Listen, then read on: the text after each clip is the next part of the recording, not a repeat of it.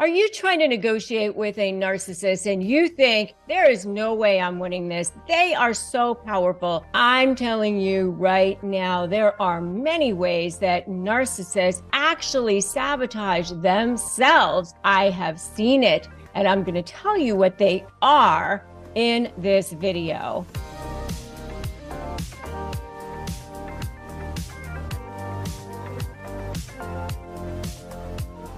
Hey there, I'm Rebecca Zung, and I am not only a narcissist negotiation expert, but I am an attorney. I've been recognized as one of the top 1% of attorneys in this country. I've actually been recognized by US News as a best lawyer in America.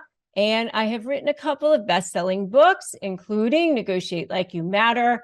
And I have a new book coming out called Slay the Bully: How to Negotiate with a Narcissist and Win, which is available for pre-order right now at slaythebully.com. And in this video, I'm going to give you 7 crazy ways that narcissists actually sabotage their own negotiations. So check it out. And I'm going to save the best one for last because it is so crazy.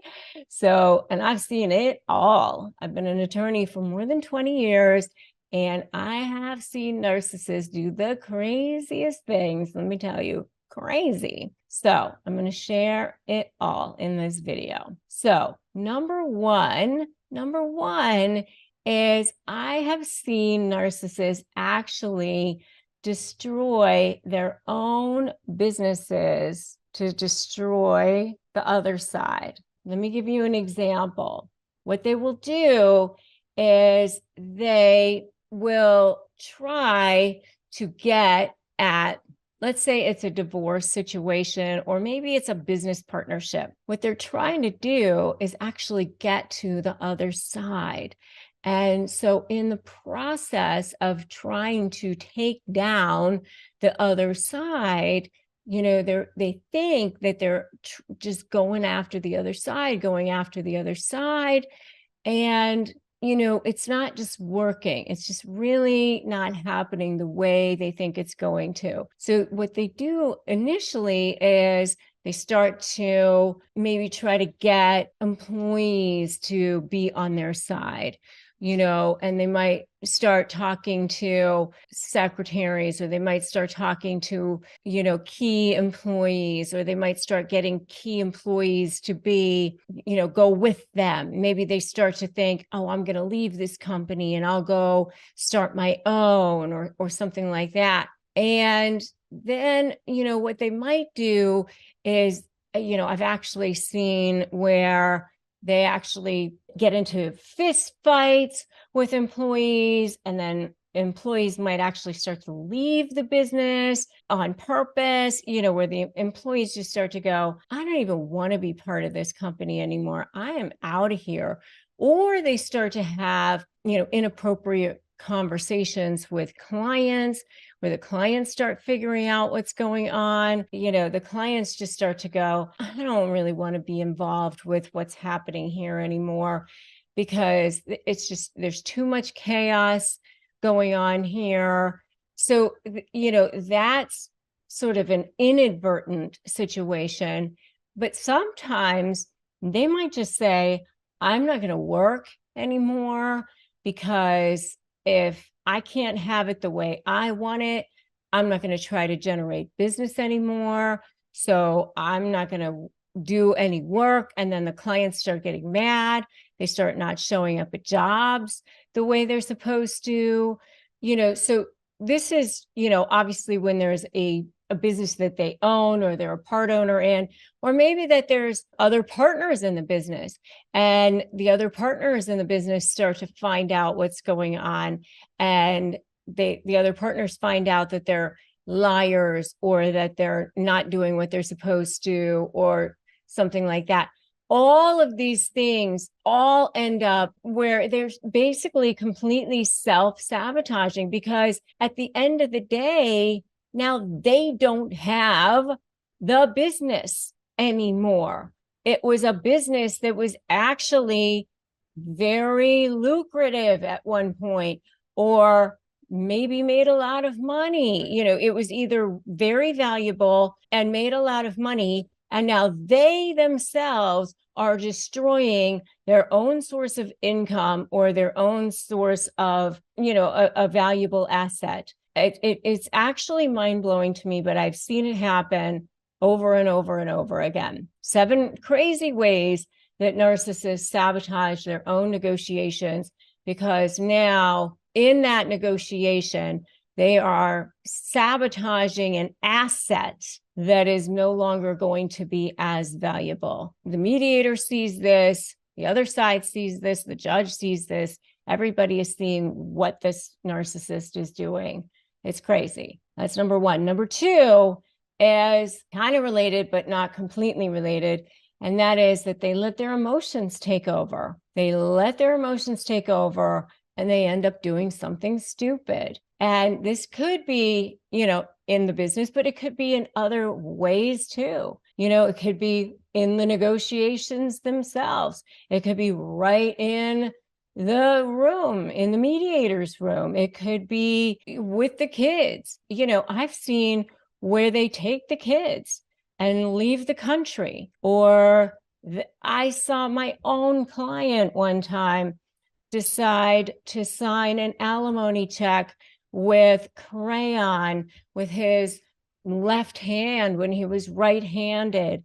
And then, obviously that ended up to be something that came back to bite him, because everybody knew how ridiculous that was, and then that sabotaged him in the negotiations, because that was going to be something that was definitely going to be used against him in court. So I had another client who found a cell phone where the wife had, there was very obvious text messages and emails on there that were evidence of cheating. And he ended up giving away the leverage. He, drank and dialed, and he ended up giving away the leverage in the middle of the night to her. So ways that narcissists end up sabotaging their own negotiations.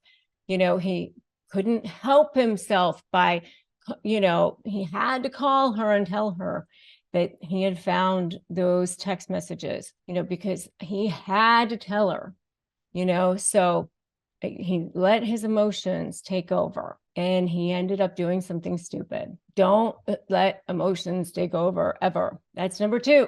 Number 3 is that they lie all the time. They lie so much that they forget what they lied about, and they can't keep track of their lies, which ends up being great leverage for you, by the way.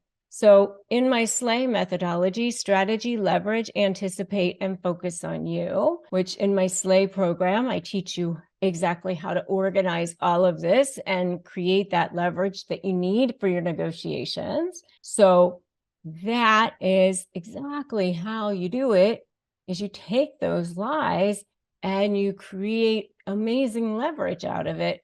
Because number 3 is that they lie and they don't even remember what they lied about. Okay, so that totally ends up sabotaging themselves. They lie about things they don't need to lie about, and they lie about things that are completely verifiable. It's ridiculous. So that's number 3. Number 4 is that they transfer money to bank accounts, where that's verifiable as well. You can see it on the bank statements. They transfer money to offshore bank accounts. They hide money. They withhold money. It's another whole thing they do. Everything with money that's just ridiculous, that's just stupid. And all that's verifiable because it shows up on the statements. And that ends up being a complete sabotage against them in negotiations, because that ends up being leverage against them as well. So they end up moving money around, taking money, withholding money, not paying things on time or whatever. So that's number 4. Number 5 is if you are in litigation with them during the negotiations is that they end up ignoring court orders and over litigating. Again, this is something that is so great for you because you can use this against them as leverage in negotiations. Because remember, narcissists don't want to be exposed. That is your best form of leverage. Remember, you're looking at different forms of supply, and that's how you potentially build your leverage. Is what is their biggest Achilles heel, right? Their biggest Achilles heel is how they look to the world. That's their supply, and they don't want to be exposed. So if you look at how can you potentially expose them, it's who do they not want to be exposed to?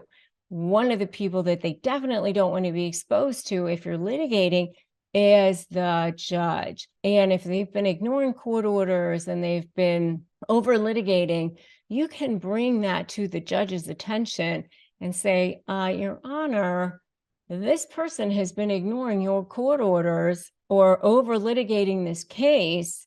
And one of the things a judge hates more than anything, their sins against the court, right? Make sure you let them know. Hey, they've been ignoring court orders. Definitely let them know that.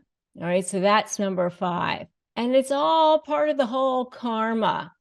Karma never forgets. She never forgets. What goes around comes around. I promise you that. Karma is great. I want you to put that in the comments right now to remind yourself. Karma is great. Number 6 is they cheat. And that is another great thing that they do, which sabotages themselves in negotiations. They cheat in many different ways. They cheat on their business partners. They cheat on their taxes.